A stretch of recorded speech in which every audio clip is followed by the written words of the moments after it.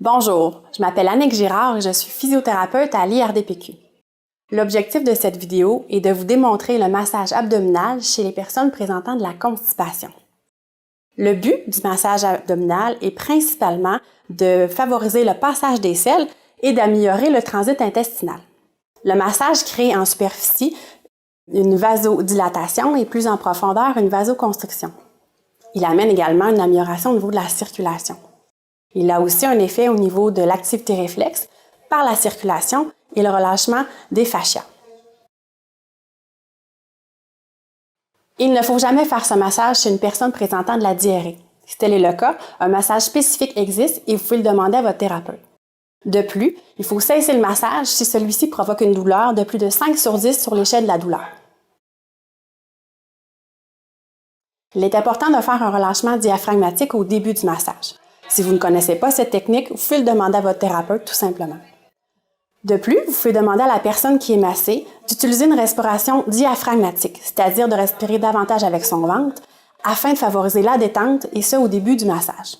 Il est recommandé de faire le massage après les repas. À ce moment, une réaction existe au niveau de l'estomac qui envoie un réflexe à l'intestin pour lui mentionner de faire des mouvements de masse dans celui-ci. Ces mouvements de masse, qu'on appelle le péristaltisme, se produisent 3 fois par jour. Il est important de faire ce massage dans une position adéquate. La position idéale est la position couchée.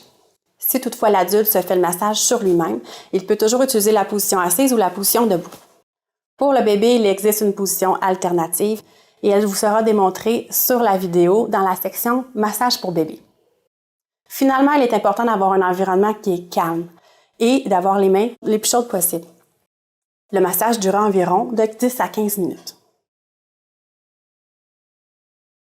Avant de commencer, il faut s'assurer d'avoir les mains assez chaudes pour favoriser la relaxation du bébé. Vous pouvez frotter vos mains l'une contre l'autre ou les passer sous l'eau chaude. Au début, il s'agit de bien identifier les structures. Nous avons ici les côtes et le nombril. Et nous allons jusqu'au rebord de la couche. Nous avons le côlon ascendant, le côlon transverse, le côlon descendant et le côlon sigmoïde. Il est important d'avoir un environnement sécurisant et agréable pour le bébé. Nous devons donc être détendus, installés dans une position confortable. La position idéale pour le bébé est d'être couché sur le dos. Une autre position intéressante est celle-ci. La personne qui fait le massage est couchée en position semi-assise avec les jambes allongées, adossée à un divan ou à des oreillers sur un lit. Le dos du bébé est placé sur l'abdomen de la personne qui fait le massage. Nous utiliserons notre respiration abdominale pour favoriser la relaxation et la détente du bébé.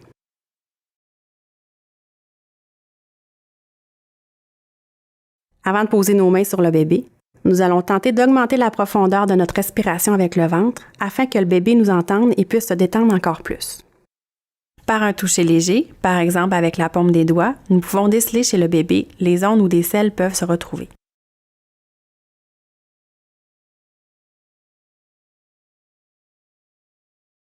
Nous devons faire un mouvement le long de tout le côlon et terminer par le sigmoïde puisqu'un amas de selles peut y être présent.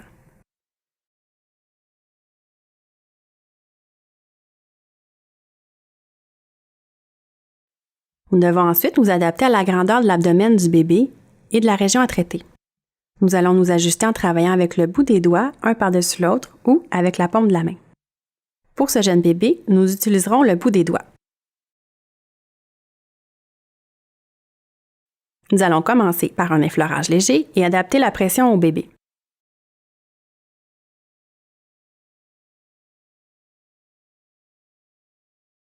Nous partons en bas à droite du bébé pour aller au niveau du côlon ascendant. Nous effectuons un effleurage léger en reproduisant de 5 à 10 mouvements.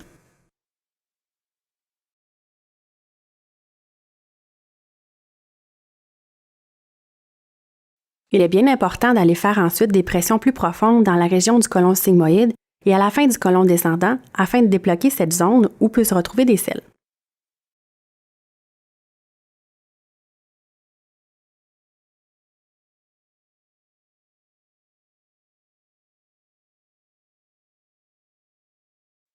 Le massage suit ensuite un trajet de la droite vers la gauche, dans le sens horaire.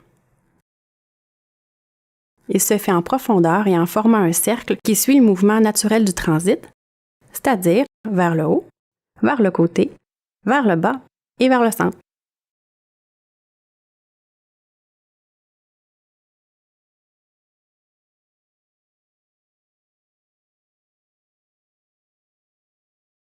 Nous commençons par appliquer une pression plutôt superficielle et au cours des 10 à 15 minutes du massage, nous irons de plus en plus en profondeur.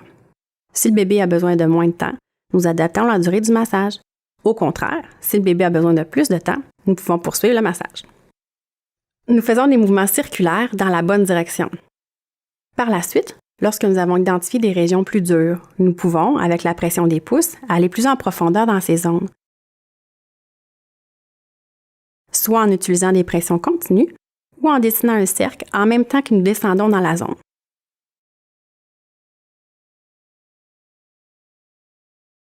Nous pouvons aussi faire des palpés roulés en soulevant la peau et en roulant comme si nous roulions de la pâte.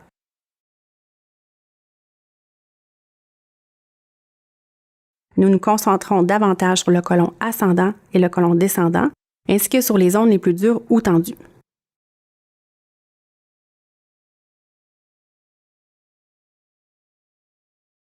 Ici, nous voyons que l'abdomen est souple chez ce bébé. Nous combinons ainsi pendant 10 à 15 minutes des massages circulaires où on remonte vers le transit, des pressions profondes dans les zones tendues et des palpés roulés.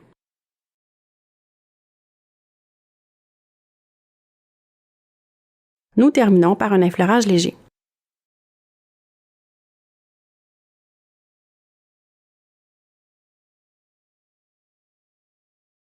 Un exercice peut aider à améliorer le transit intestinal chez un jeune bébé. Le pédalage ou faire comme de la bicyclette avec les jambes du bébé. On peut le faire soit au début ou à la fin du massage et, de préférence, après le repas du bébé.